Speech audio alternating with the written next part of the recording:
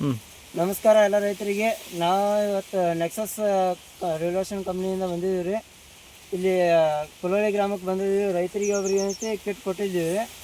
ಆ kit use ಮಾಡೋದ್ರಿಂದ ಯಾವ ರೀತಿ ಕಬ್ಬು ಬಂದೈತಿ ಅವ್ರ ಮುಖಾಂತರ ಕೇಳ್ರಿ. ನಮಸ್ಕಾರ ಸರ್. ನಮಸ್ಕಾರ. ನಿಮ್ಮ ಹೆಸರೇ ಊರ ಹೆಸರು ಹೇಳ್ರಲ್ಲ. ನಮ್ಮ ಹೆಸರು ಪ್ರಕಾಶ್ ಸೌದಿ ಅಂತ ಹೇಳ್ರಿ. ಹಾಂ ರೀ. ನಾವು ಕುಲ್ಲಳ್ಳಿ ಗ್ರಾಮದವ್ರಿ. ಹಾಂ ರಬಕೈ ಬನಾಟಿ ತಾಲೂಕು ರೀ, ಬಾಗಲಕೋಟೆ ಜಿಲ್ಲಾ ರೀ. ಹ್ಞೂ ನಾವು ಜನವರಿಯಾಗ ಕಬ್ಬು ಕಟಾವು ಮಾಡಿದ್ವಿ ರೀ. ಹ್ಞೂ ಈಗ ಇವರು ನೆಸೆಸ್ ಕಂಪ್ನಿಯವರು ಅದು ಕಿಟ್ ತೋರಿಸ್ರಲ್ಲ. ಜನವರಿ 11ನೇ ತಾರೀಕು ಬಂದು ಏನೈತಿ ನಿಮ್ಗೆ ಈ ಕಿಟ್ ಏನೈತಿ ಕೊಟ್ಟಿದ್ದೀವಿ ರೀ. ಹ್ಞೂ ರೀ, ಈ ಕಿಟ್ ಕೊಟ್ಟಿದ್ರಿ. ಎಷ್ಟು ಸಲ ಸ್ಪ್ರೇ ಮಾಡಿರಿ? ಎಷ್ಟು ಸಲ ನೀರನ್ನ ಬಿಟ್ಟು? 2 ಸಲ ಸ್ಪ್ರೇ ಮಾಡಿದ್ವಿ ರೀ. ಹಾಂ ರೀ.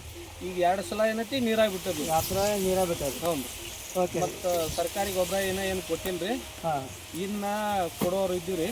ಒಂದು ಡೋಸ್ ಕೊಡ್ಬೇಕಂತೇಳಿ ವಿಚಾರ ಮಾಡಿದ್ವಿ. ಹಾಂ ಹಾಂ ಈಗ ಈ ಕಿಟ್ ಯೂಸ್ ಮಾಡೋದ್ರಿಂದ ನಿಮಗೆ ಏನೇನು ಫರಕ್ ಅನ್ಸಿದ್ರಿ? ನಮ್ಮ ಕಬ್ಬ ಚಲೋ ಬಂದತ್ರಿ, ದಮ್ಮು ಬಂದತ್ರಿ, ಗಣಿಕಿನೂ ಉದ್ದಾಗೈತ್ರಿ. ಹ್ಞೂ ಈಗ ಎಷ್ಟು ಗಣಿಕೆ ಐತಿ ಅನಿಸ್ತೀರಿ? ಹ್ಞೂ ರೀ, ಎನಿಸ್ತಿರ್ಲಿ. 1 2 3 4 5 6 7 8 ಗಣಿಕೆ ಆಗೈತಿ. 8 ಗಣಿಕೆ ಐತೆ. ಹ್ಞೂ.